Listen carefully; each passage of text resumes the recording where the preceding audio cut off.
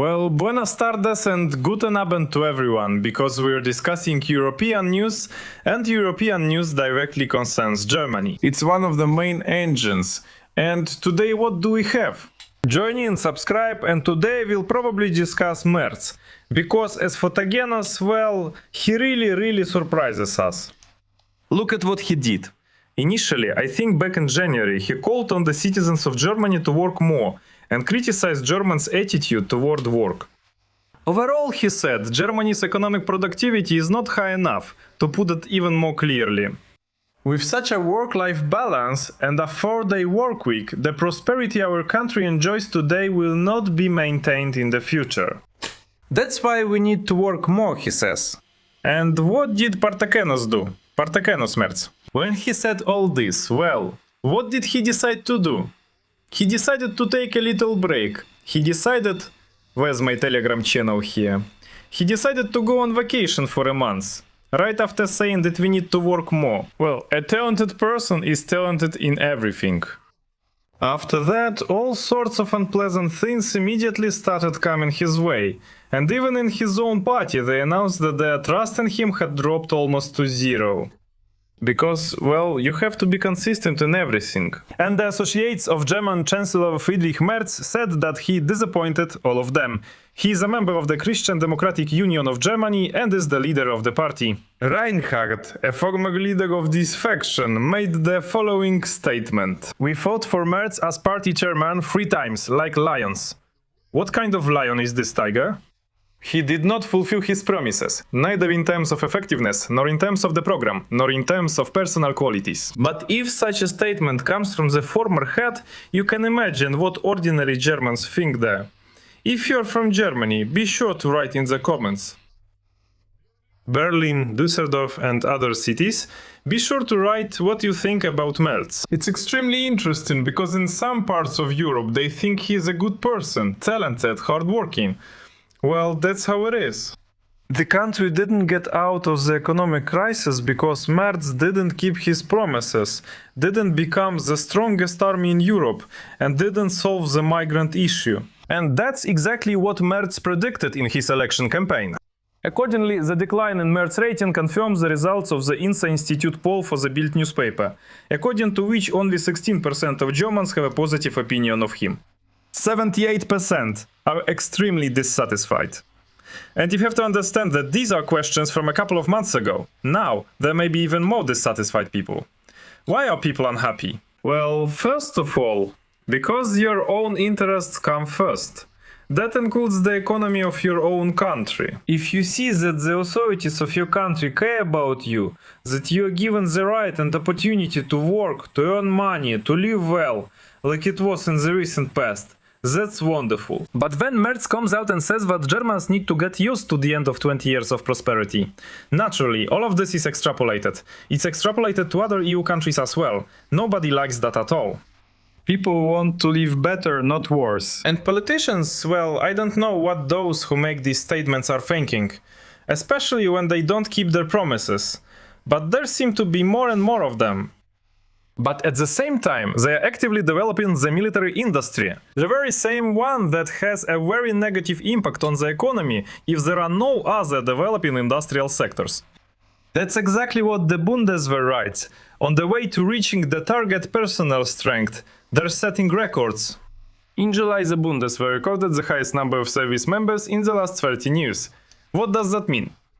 It continues to confidently move toward achieving its set political goals. As of July 31, 2026, the German army had about 186,700 men and women. This was stated by the Ministry of Defense in Berlin.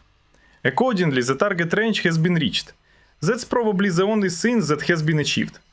And in 2026, it was agreed to increase from 186,000 to 190,000. Overall, it worked out after all. The number of applications submitted increased by 26 compared to the same months. 47,000 people applied for the vacant positions. And, well, they also noted an increase of 12 compared to the same months last year. What's wrong? What's happening? The thing is, businesses, we'll discuss this soon, are closing and going bankrupt. And the person who's stuck without a paycheck doesn't always want to keep sitting without one. So he tries here, but there are problems in that sector, he tries there, and there are problems there too. The auto industry is just falling apart. Let's call it what it is. So where do they still pay? In the army. In the army they pay well, they feed you, they give you clothes, so why not? Especially since there's no war yet. The strict daily routine there doesn't really scare most people. If we're talking about having the chance to eat and clothe yourself and your family, you have to agree. That's why people choose this option.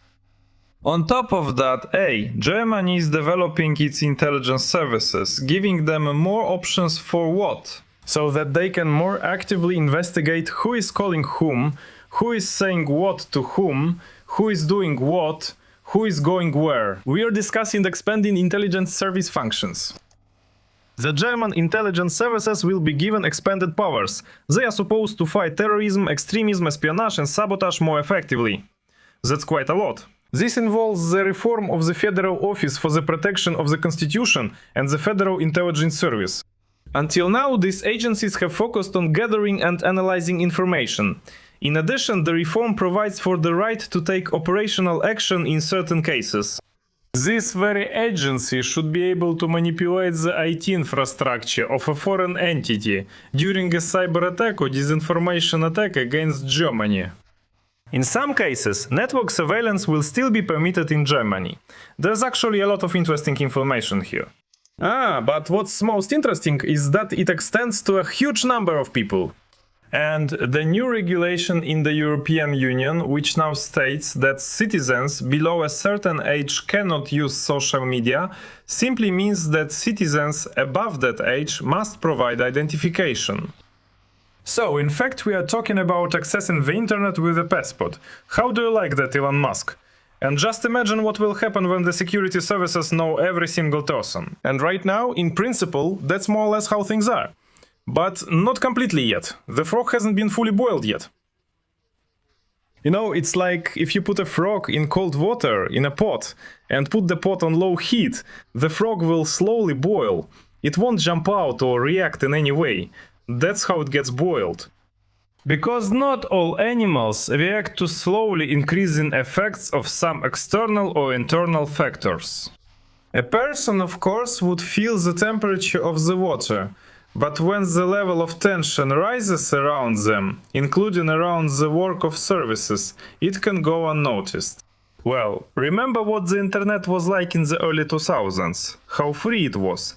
And what it is like now. There, you can't like this, you can't write that, you can't offend someone, you can't call someone something. Everywhere you look, there are obstacles. The main thing is, in some countries you can even be jailed just for liking someone's post somewhere. It doesn't seem to be happening in the European Union yet, although I might not know everything. Well, anyway, it's already begun in earnest. And when will it end? I think never. So if the intelligence services get it, it's not just about Germany, it concerns all of Europe.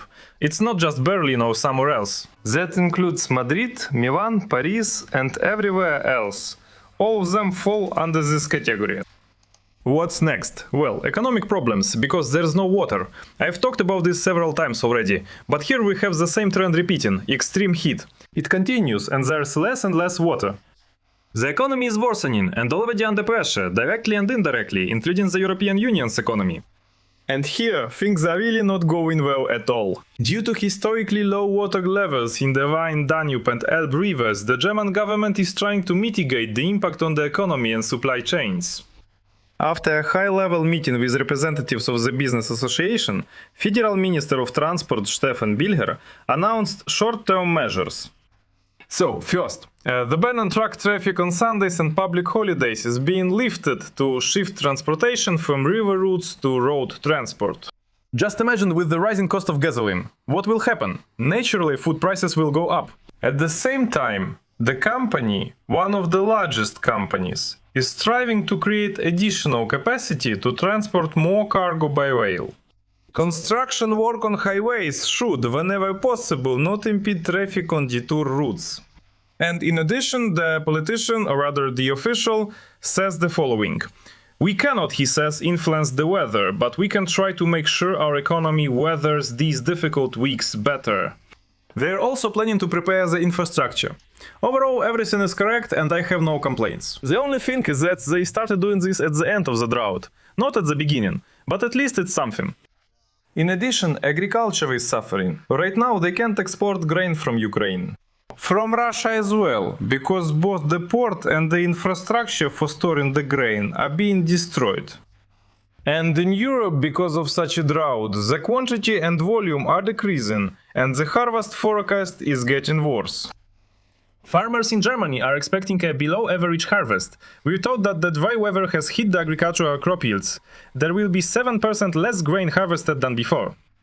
Farmers say the main issue in agriculture is low prices, along with the heat. The harvest in many regions of Germany turned out to be simply dismal.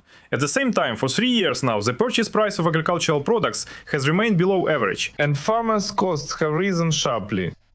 It is forecasted that this year's grain harvest will be 7% lower than last year, and almost 1.5% below the 5-year average.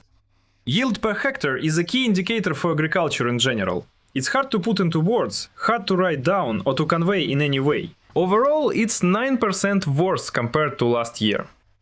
A dry spring and the June heat, which by the way are likely to continue next year, they're not promising anything good there either, will lead to a decrease in yield per hectare. And again, this doesn't only concern Germany.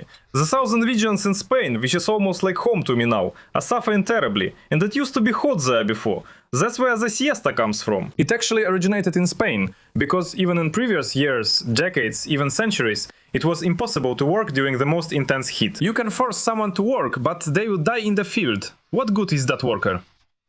That's why they waited out the heat for a few hours. And now it's so hot that it's not just impossible to work from, say, 2 to 5, but everything is scorching hot all day long. And there's less water, you need something to water with. In short, it's just bad everywhere. The main problem for Germany and for other European countries is the low prices for agricultural products. This is determined by the entire global market, and the situation is made worse by the sharp increase in fuel costs and the rise in pesticide prices. Here we immediately remember the dove of peace, Trump, who started fighting with Iran, blocked the Hormuz Strait. He is going to block the Bab el-Mandeb Strait as well, and much more. And no one sees an end to this. Trump said, yes, let's wait. Let's have it blocked. That's it, just like that. Damn, where is the US and where is the Middle East? It's like an elephant in a china shop. The head of the German Farmers Union made the following statement. It is absolutely necessary to develop an emergency support program for farmers. He called for an increase in the European Union's aid package. It is related to fertilizer expenses, from 60 to 180 million euros. And to ensure the rapid payment of funds through relevant industry associations. He called on the German government to immediately reduce the diesel fuel tax. Well, just to somehow help agriculture. Because otherwise nothing good awaits agriculture. In any EU country, this is the main thing. The higher the fuel prices, the higher the cost of agricultural products themselves. And accordingly, people buy less of them. And you end up growing less of it, because basically things are going badly for you. It turns into a vicious circle. And it's kind of a perfect storm in agriculture, you could say. A perfect storm of prices. Then what? Well, about the companies. Business is really suffering this year. In 2026, in many countries, the situation has gotten several times worse. In Spain, for example, agriculture is shutting down. Small and even medium-sized farmers are going out of business. They're moving into other sectors. You could say they're moving to the cities. You can't say that everyone is just staying there in the villages. They are still seeking other ways to earn a living, and Germany is no exception. Over the past year, a record number of companies have closed, the most in the past 10 years.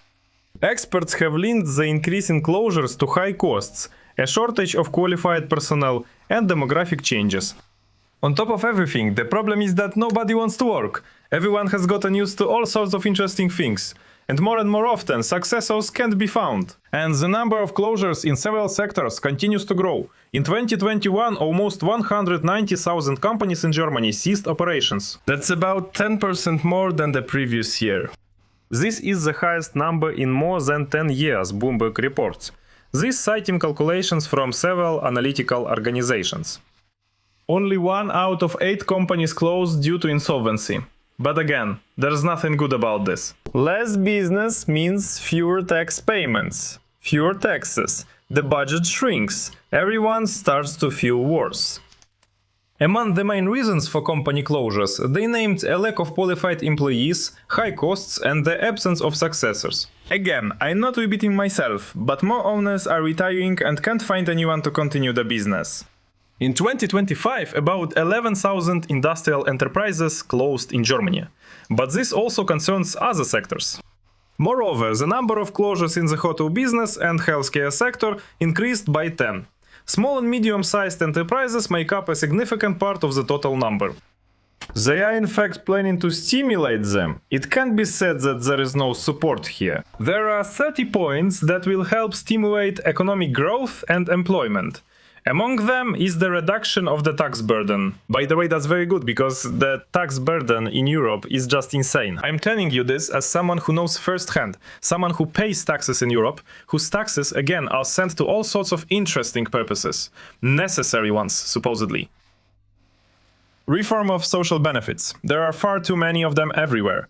And reform of the pension system, as well as measures to increase employment. The government intends to reduce the administrative burden on businesses, support key industries including the automotive, chemical and pharmaceutical industries, mechanical engineering, battery and semiconductor production, as well as the development of artificial intelligence.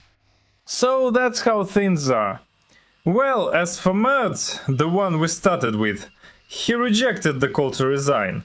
In fact, it was the deputies from Alternative for Germany who made this proposal to him, and it's clear that they really don't like the Christian Democratic Union. A deputy from this very party told Merz about the low level of support for his government. Starmer has already left, and Macron will leave soon. What will Portaganos do? He continues to work. Merz says the following.